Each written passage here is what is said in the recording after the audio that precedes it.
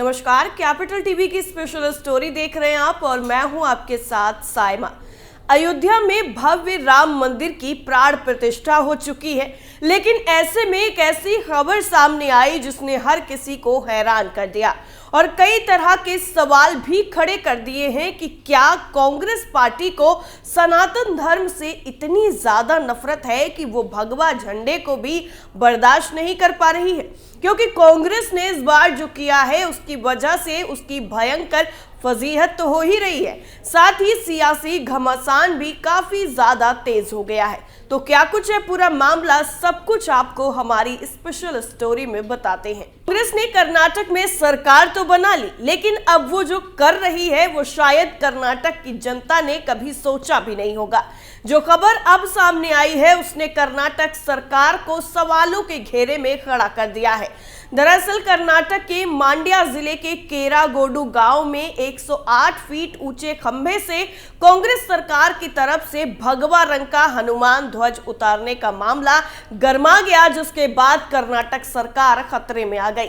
भाजपा, बजरंग दल और जेडीएस ने मांग की है कि झंडा वापस लगाया जाए। वहीं इसके नेताओं ने झंडा उतारने को लेकर राज्य की सिद्धारमैया सरकार पर जमकर हमला भी बोला। कर्नाटक विधानसभा में नेता प्रतिपक्ष आर अशोक ने कर्नाटक कांग्रेस सरकार पर भगवान हनुमान जी और भगवान राम से नफरत करने का गंभीर आरोप लगाया है। उन्होंने कहा कि कांग्रेस सरकार इनसे नफरत करती है, जबकि मुस्लिम शासक टीपू सुल्तान की प्रशंसा करती है। उन्होंने कांग्रेस सरकार को मुगल शासक औरंगजेब का शासनकाल बता दिया।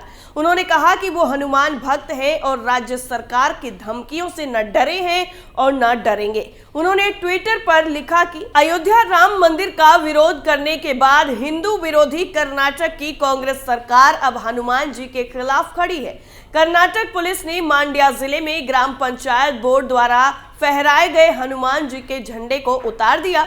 क्या हिंदू दूसरे दर्जे के नागरिक हैं? क्या भगवा से नफरत ही कांग्रेस की धर्मनिरपेक्षता की परिभाषा है? कर्नाटक भाजपा ने इस मुद्दे को लेकर 29 जनवरी 2024 को कर्नाटक के सभी जिलों में प्रदर्शन करने का ऐलान किया।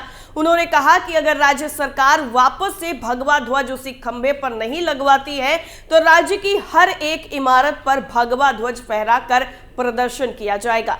कर्नाटक प्रदेश अध्यक्ष बीवाई विजयेंद्र ने हनुमान ध्वज उतारे जाने को लेकर ट्वीट पर लिखा कि कर्नाटक में सिद्धारमैया सरकार ने अपनी ताकत और पुलिस बल का दुरुपयोग करते हुए केरागोडू गांव के लोगों की हनुमान ध्वज फहराने की धार्मिक स्वतंत्रता पर रोक लगाई है। यह गांव पंचायत द्वारा लिया गया सर्वसम्मत निर्णय था, जो कि मुगल शासन के अत्याचारों की याद दिलाता है। इस कांग्रेस सरकार का भी वही हश्र होगा जो मुगलों का हुआ था। कर्नाटक के बड़े भाजपा नेता सीटी रवि ने भी हनुमान ध्वज उतारे जाने को लेकर कर्नाटक की कांग्रेस सरकार की जमकर निंदा की। उन्होंने आलोचना करते हुए कहा कि अगर वो हनुमान ध्वज उतरवाते हैं तो उन्हें खुद को हिंदू कहलाने का कोई हक नहीं है। राज्य के अन्य भाजपा नेता एन रवि कुमार ने कांग्रेस पर राम और हनुमान से नफरत करने का आरोप लगाया। उन्होंने एक ट्वीट में कहा कि राज्य की कांग्रेस सरकार पूरे प्रदेश भर में लहरा रहे हरे झंडों के प्रति आंखें मूंद लेती है। कांग्रेस पहले से राम और हनुमान को पसंद नहीं करती है और धर्मांतरण तथा गौ हत्या के खिलाफ एक्शन नहीं लेती है। उनको सिर्फ दरगाह और मस्जिदों में जाना और वहां सजदे करना पसंद है, जबकि वो मंदिरों में जाना और भगवा से संबंधित कुछ भी पहनने से मना करते हैं। कर्नाटक के भाजपा नेता वी सुनील कुमार ने पूछा है कि क्या कांग्रेस सरकार ने कर्नाटक में भगवा झंडे लहराने पर रोक लगा दी है। उन्होंने कहा कि अगर कांग्रेस सरकार ने इसका आदेश नहीं दिया तो फिर उन अधिकारियों पर कार्रवाई करे जिन्होंने ये झंडा उतरवाया है।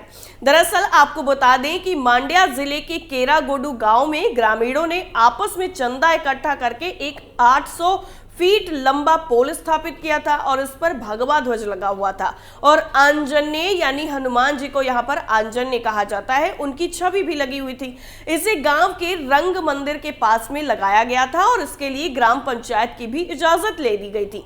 मांड्या के प्रशासन ने 27 जनवरी 2024 को यहाँ पहुंचकर पोल से ध्वज को हटा दिया था।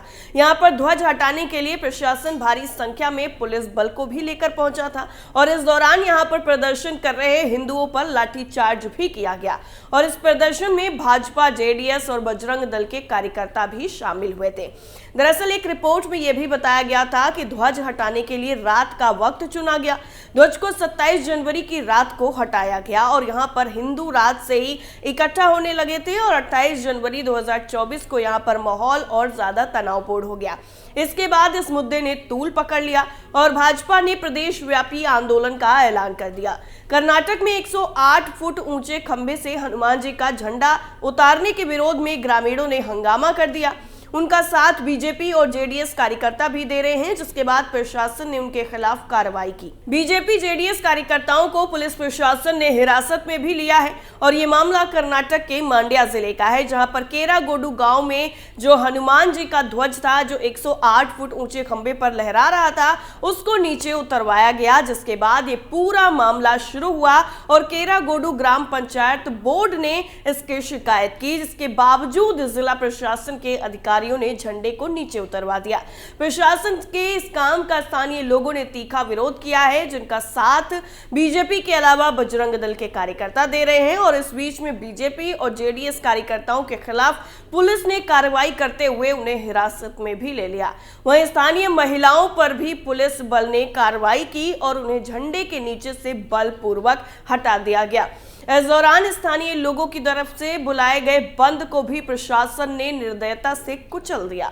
बताया जा रहा है कि इसके लिए ग्राम पंचायत की इजाजत भी ले ली गई थी, यानी जो झंडा लगाया गया था उसके लिए बाकायदा पहले परमिशन ली गई और बाद में लगाया गया, फिर भी यह हुआ।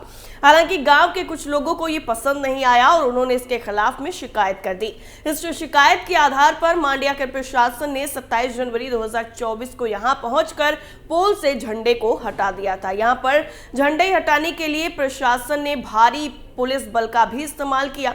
इस दौरान गांव के लोग प्रदर्शन करते रहे और प्रशासन से अपील करते रहे कि ये ध्वज उन्होंने आपसी सहमति से लगाया है। इसके बाद भी प्रशासन नहीं माना। जब ग्रामीणों ने ज्यादा प्रदर्शन किया तो उनको यहां से हटाने के लिए पुलिस ने लाठी चार्ज तक किया, जिसका वीडियो भी सामने आ चुका है। वहीं इस पूरी घटना पर टिप्पणी करते हुए कर्नाटक के मुख्यमंत्री सिद्धारमैया ने कहा कि भारतीय ध्वज की जगह हनुमान ध्वज फहराना सही नहीं है और उन्होंने बीजेपी पर राज्य सरकार के खिलाफ साजिश रचने का आरोप लगाया। ये कोई संयोग नहीं है कि जहां राष्ट्रीय ध्वज फहराया जाना चाहिए था वहां हनुमान ध्वज फहराया गया। जानबूझकर नियमों का उल्लंघन किया गया और सरकार के खिलाफ विरोध प्रदर्शन किया गया। यह घटना भाजपा और संघ परिवार की पूर्व नियोजित हरकत है। राज्य सरकार के खिलाफ लोगों को व्यवस्थित रूप से खड़ा करने के इरादे से बनाया गया है। इसमें कोई संदेह नहीं है कि मांड्या में सांप्रदायिक दंगे कराने की साजिश भाजपा नेताओं द्वारा लोकसभा चुनाव की तैयारी है। वैसे आपको बता दें कि जब से कर्नाटक में कांग्रेस की सरकार आई है तब से ही लगातार इस तरह के आरोप लगे हैं कि हिंदुओं को नजरअंदाज किया जा रहा है। दरअसल अभी हाल ही में 31 साल पुराने दंगे के मामले में पुलिस की तरफ से एक व्यक्ति को गिरफ्तार करने के बाद भारतीय जनता पार्टी ने कांग्रेस के नेतृत्व वाली कर्नाटक सरकार पर हिंदू विरोधी होने का आरोप लगाया था। 29 दिसंबर को कर्नाटक पुलिस ने हुबली से श्रीकांत पुजारी नाम के एक शख्स को गिरफ्तार किया, जिस पर दिसंबर 1992 में अयोध्या में बाबरी मस्जिद के विध्वंस के बाद हुई हिंसा के दौरान मैसूर में दंगा करने का मामला दर्ज किया गया था। पुजारी को न्यायिक हिरासत में भेज दिया गया। विशेष रूप से ये गिरफ्तारी 22 जनवरी को अयोध्या में राम मंदिर के अभिषेक समारोह से कुछ हफ्ते पहले हुई थी और ये मंदिर ढहाई गई बाबरी मस्जिद की जगह पर बनाया जा रहा है।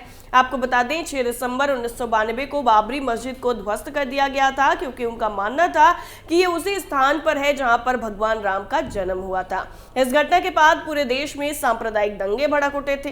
कर्नाटक पुलिस ने कहा कि गिरफ्तारी लंबे समय से लंबित मामलों को निपटाने के लिए एक नियमित अभ्यास का हिस्सा थी और ये किसी भी मौजूदा विकास के संदर्भ में नहीं है। लेकिन अब एक बार फिर से इस तरह की हरकत से राज्य में तनाव का माहौल जरूर बन गया है। तो आगे इसमें क्या कार्रवाई होती है ये देखना काफी ज्यादा अहम होगा। हमारी स्पेशल स्टोरी आपको कैसी लगी हमें कमेंट करके जरूर बताइए। फिलहाल के लिए इतना ही, बाकी खबरों के लिए बने रहिए कैपिटल टीवी के साथ। नमस्कार।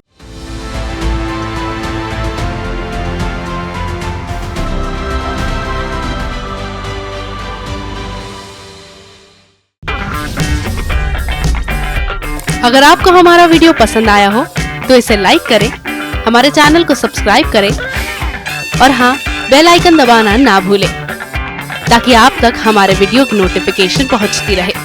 आप अपना सुझाव हमें कमेंट बॉक्स में दे सकते हैं। हमारे साथ जुड़ने के लिए शुक्रिया।